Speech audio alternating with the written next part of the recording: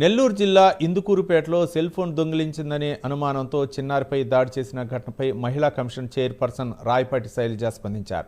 ఆసుపత్రిలో చికిత్స పొందుతున్న బాలికను ఆమె పరామర్శించారు. చిన్నారికి అన్ని విధాలా రాష్ట్ర ప్రభుత్వం అండగా ఉంటుందని, చిన్నారి చదువుకే అండగా నిలుస్తామని భరోసా ఇచ్చారు. రాష్ట్రంలో మహిళలపై, చిన్నారులపై దాడులు చేస్తే కఠిన చర్యలు తప్పవని రాయపాటి శైలజ హెచ్చరించారు. గత ప్రభుత్వంలో ఎన్ని దాడులు జరిగాయో అందరికీ తెలుసునన్నారు. నోటీస్కి ఒక ఇష్యూ వచ్చింది. 10 ఏళ్ల పాప మీద అంటే వాతలు వేడి ఇది గెరిటె కాల్చి వాతలు పెట్ట అంటే రీజన్ ఏంటంటే అది ఎవరిదో సెల్ ఫోన్ పోయింది, ఎవరో జ్యోతిష్కుడంట మీ ఇంట్లో పాప ఉంది తీసాడని చెప్పాడంట. అది ఎంత ఇదండి, అసలు ఎవరన్నా ఆ విధంగా ఆలోచిస్తారా?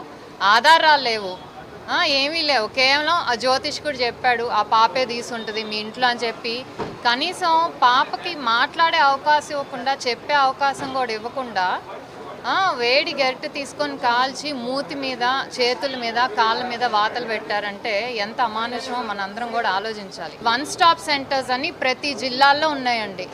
కేవలం 181 3 డిజిట్సే నంబరు.